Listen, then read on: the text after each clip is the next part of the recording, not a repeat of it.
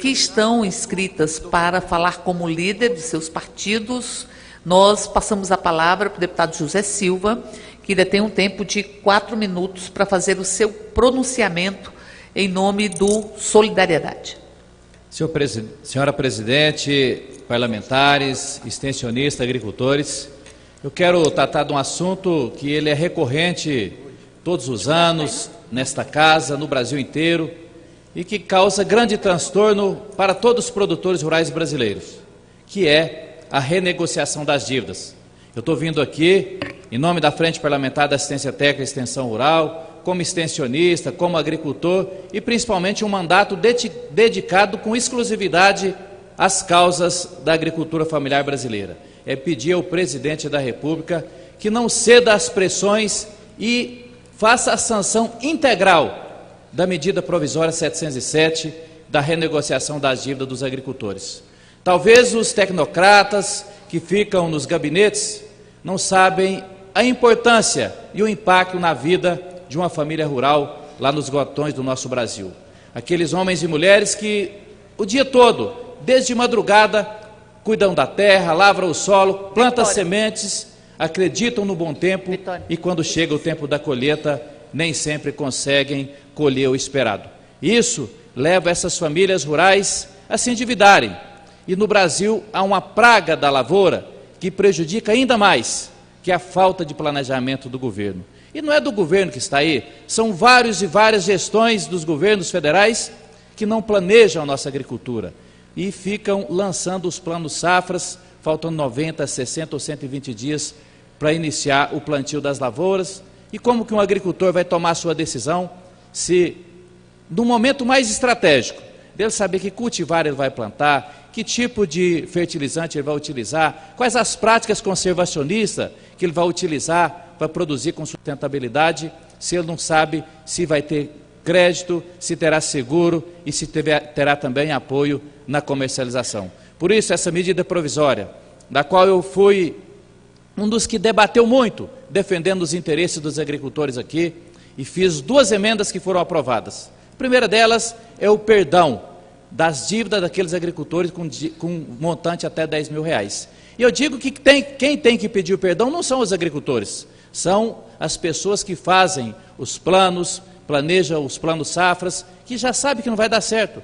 E depois, quem lucra mais são os bancos, os agentes financeiros, que, deputada Érica Cocai, para cada operação do Pronaf, às vezes 5, 10 ou 15 mil reais, eles recebem por ano quase R$500. Se um agricultor, e olha aqui, 1,5 milhão, eu sou técnico, procuro ser estudioso da área, 1,5 milhão de agricultores têm suas dívidas menores do que R$3.600.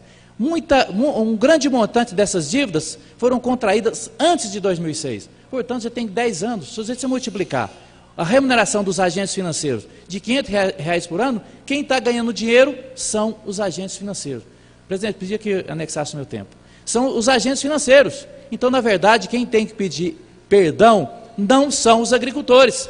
Quem tem que pedir perdão é o governo que constrói, elabora as políticas públicas que não apoiam e não incentivam os nossos agricultores. Queria também dizer que a agricultura familiar, deputado Augusto Carvalho, que esteve comigo hoje, com toda a liderança do Solidariedade, com o ministro da Casa Civil. Estivemos lá levando esse pleito pessoalmente, para dizer que ele nos ajude e que o presidente não se intimide, inclusive com a equipe do Ministério do Planejamento, Ministério da Fazenda e outros interesses que possam estar pressionando o presidente para não sancionar a medida provisória 707. Lembrando que a agricultura familiar nunca foi e nunca será tema da pauta social do governo.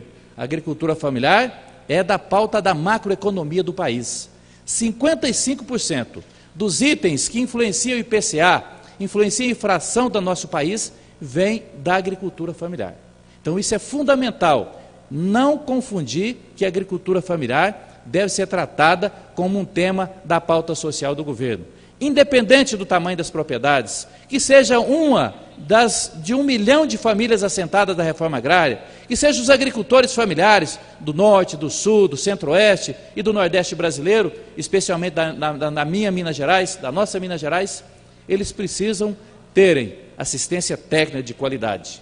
E essa demanda que eu trago aqui, ela é vinda também de uma Assembleia Geral, a 27ª Assembleia Geral das Emateres do Brasil, que é da Asbrae, onde colocaram ali os dirigentes dessas empresas, que estão espraiados aí em 5.300 municípios do Brasil, a necessidade, a importância de fazer justiça com os nossos agricultores e agricultoras. Ali estão as mulheres rurais, os ribeirinhos, os quilombolas, os assentados da reforma agrária, os jovens rurais que estão lá garantindo o alimento na mesa de todos nós. Que, aliás, a agricultura familiar, ela produz 70% dos alimentos colocados na mesa dos brasileiros todos os dias. Gera 1 milhão de empregos, 12 milhões de empregos no campo, e ainda mais que o Brasil tem hoje esse mesmo número de desempregados espalhado por todos os municípios brasileiros. E tem um fato importante. Como ontem foi a Assembleia da Asbrae, eu quero homenagear a Asbrae, porque aquele agricultor que ele não tem assistência técnica, ele tem um valor bruto da produção por hectare por ano de aproximadamente R$ 360.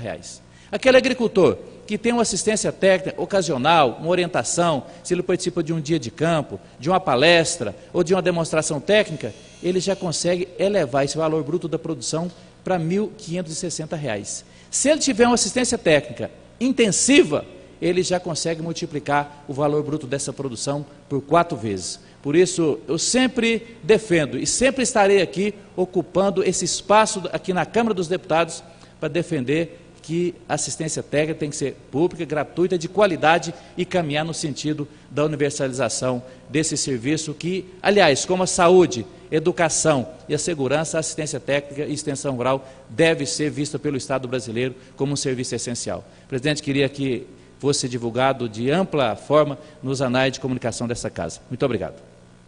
Deputado Zé Silva, parabéns pelo pronunciamento em defesa da assistência técnica. Nós reconhecemos, e esse Brasil reconhece a importância desses profissionais, e nós autorizamos que seja dada ampla divulgação.